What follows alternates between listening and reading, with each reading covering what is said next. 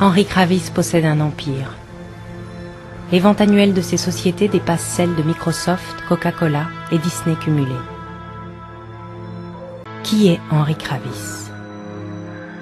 Et je vous dis, comme il y a beaucoup de monde qui nous regarde, voilà, je suis un peu prudent là-dessus. Et sur Kion et sur l'actionnaire aussi. Ouais, je suis sur Kion et sur l'actionnaire, voilà, parce qu'à partir du moment où le mot KKR est prononcé, où que ce soit, partout, ils ont des agences qui pigent la presse à longueur de journée, enfin c'est des gens très organisés, qui ont des grandes oreilles partout, et donc à partir du moment où le mot KKR est prononcé, puis il y a une oreille qui se reste quelque part, et si je pouvais éviter, ouais. Henry Kravis est l'un des pères de ce capitalisme financier qui règne en maître depuis 30 ans. C'est au milieu des années 70, aux États-Unis, qu'il crée avec deux associés, Kohlberg et Roberts, un fonds d'investissement, ce que l'on appelle en anglais une société de private equity. L'objectif de ces sociétés d'investissement, acheter et optimiser des entreprises afin de les revendre plus cher, et cela dans un temps record. Pendant une dizaine d'années, les fonds de private equity vont d'abord opérer sur le marché américain. Mais grâce à la déréglementation des marchés de capitaux dans le début des années 80, ces investisseurs vont pouvoir appliquer leur méthode à l'échelle de la planète et en tirer des bénéfices phénoménaux. C'est Henry Kravis qui a inventé, avec ses associés, un des outils financiers qui va donner les pleins pouvoirs à ce capitalisme actionnarial, le LBO, une pratique aujourd'hui banalisée et utilisée dans le monde entier. Le monde de la private equity, alors, est d'une sauvagerie sans pareille. Alors, évidemment, les montages de private equity consistent en ce qu'on appelle des LBO, Leverage Buy Out. Alors, buy out, ça veut dire qu'on achète buy pour faire sortir de la bourse, out. Et leverage, ça veut dire que le montage d'ensemble de l'opération associe une petite part de capitaux propres et énormément d'endettement. Et le fait de procéder avec énormément d'endettement produit ce qu'on appelle l'effet levier, leverage. Pour acquérir le groupe Kion, maison mère de Fenwick, KKR et Goldman Sachs Partners investissent 850 millions d'euros, soit 20% du prix d'achat de Kion. Ils empruntent le reste, plus de 3 milliards d'euros, à plusieurs dizaines de banques. C'est le principe du LBO. Ces nouveaux investisseurs financiers, ils ont tous pour objectif de sortir dans les 3 à 5 ans. La création de cette dette impose la génération de cash par l'entreprise pour rembourser cette dette. Maintenant, toutes les personnes de l'entreprise sont impactées par le cash, parce que l'idée c'est de convertir la plus grosse part de notre résultat d'exploitation en cash. Donc on se paye sur la bête en lui prélevant tout le cash nécessaire pour payer au banquier la dette. C'est ça qui est terrible, c'est que effectivement, cette contrainte ne nous sépare plus que de quelques crans de la prise d'otage pure et simple. Muscle ton jeu. Muscle ton jeu, Robert. Si tu muscles pas ton jeu, fais attention. Je t'assure, tu vas voir.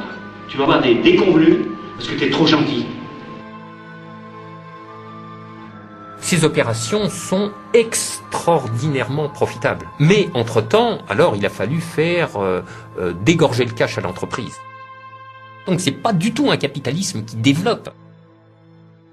Dans le capitalisme à l'ancienne, pour devenir un leader mondial, il fallait réinvestir le surplus patiemment accumulé pendant des décennies. Et c'était ça le rythme de croisière d'une entreprise. C'était ça sa temporalité propre.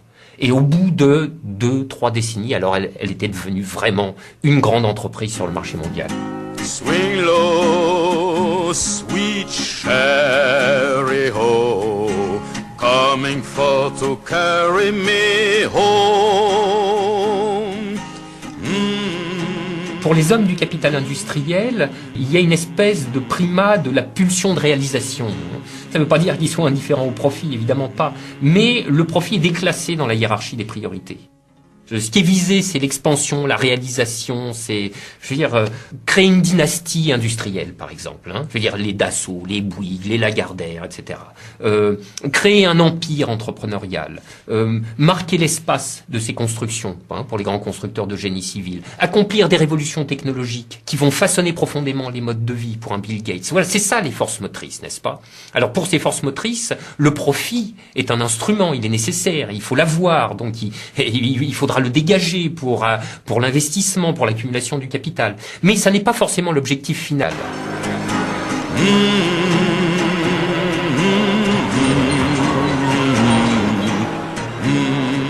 Le capitalisme actionnarial révolutionne absolument tout ça. C'est son alpha et son oméga, le profit. C'est son horizon ultime et exclusif. Je veux dire, qu'il investisse dans une saboterie ou une entreprise qui fasse des centrales nucléaires, ça lui est indifférent.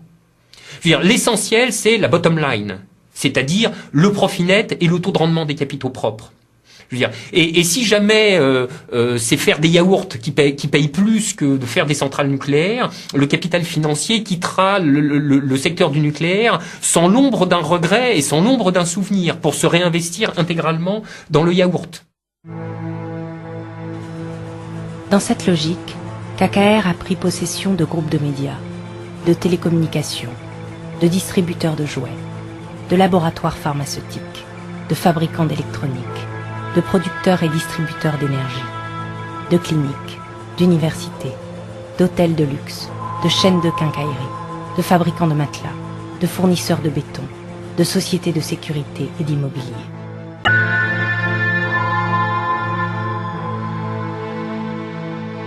How do we run our companies? Well, in KKR's case, our whole focus is 100% on operational improvement. How do you shorten the supply chain? How do you improve waste in the product? How do you improve productivity throughout the organization? How do you improve the sales force productivity and so on? These are the kinds of things that we do as a private equity firm, and that will not change.